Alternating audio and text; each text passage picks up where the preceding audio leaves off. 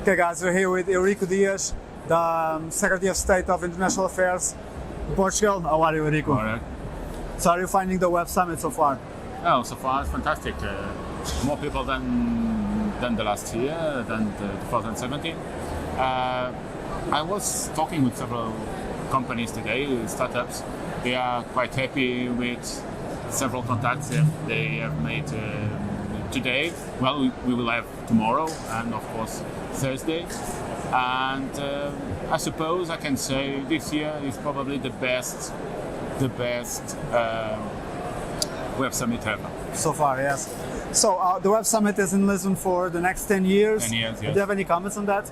Now, for us, it's quite important because the Web Summit is an event where we can show how Portugal is a country that is always welcoming for new investments, and mainly how we are building a startup ecosystem that is quite strong, innovative, that and at the same time an ecosystem that can attract talent from other countries, other places. Portugal is a quite safe country. We rank 4th as the most safe country. We are an open country. Immigrants are welcome. People from abroad are welcome. It's important to have nowadays operations where you can find Portuguese, Spanish, English, German. It means multinational operations where English is the language which every people the language speaks. of business, yeah. It's the language of business, and we are taking steps in order to have more growth, more jobs, more talent. We are in better conditions to retain talent, and we are also in better conditions to give to Portuguese people, which have immigrated in the past. And to maybe come they back, are coming back now. come back, because in this moment Portugal is offering good opportunities, good professional opportunities, good personal development opportunities, and Web Summit is only a part of that. Yes, the Portuguese government has been doing outstanding work in the entrepreneurial side of things. Yes. How do you think we're going to capitalize on having the Web Summit here for 10 years? What are the next steps, the steps ahead?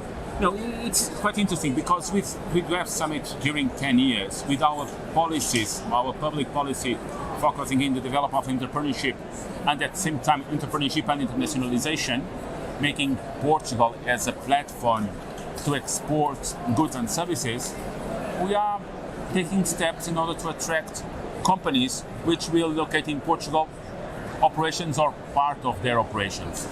And today we are opening the Volkswagen Software Development Center here in Lisbon.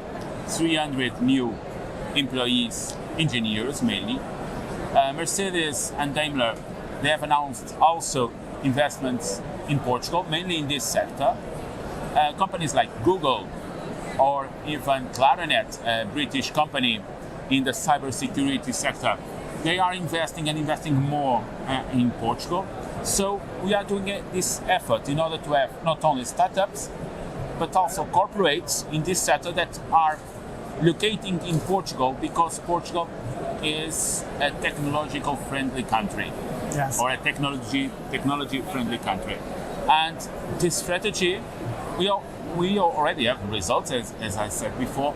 Nevertheless, we are working to have more and more companies investing in Portugal. And I suppose during this week, we will have for sure new news that are important for us and important for the development of our economy. Vamos chegar um bocadinho mais para aqui que isto corta, só que estamos a fugir da câmera. Mas uma pergunta que é... everybody's asking why is Portugal going so well in terms of economy and otherwise. Do you think there's any relation with the impact that tourism has been having in Portugal? Tourism is booming, yeah. And the entrepreneurial side of things? Tourism, entrepreneurship and startups, of course, and a lot of companies exporting goods and services. Not only tourism is giving a an important contribution. Nevertheless, if you take into account in goods, automotive sector, we are exporting more than ever. Not only cars, finished cars, but also parts and molds. Secondly, machinery. We are exporting a lot of machinery, and the traditional products like footwear, textile, apparel, furniture. Well, Portuguese companies are not focused only in the domestic market, are introducing new processes, and they are adopting the Industry 4.0 as a revolution that they need to implement in their processes. And I suppose right now we are a quite competitive economy. We need to do more, of course. We need always to do more and better than we are doing right now. We need to be innovative and creative.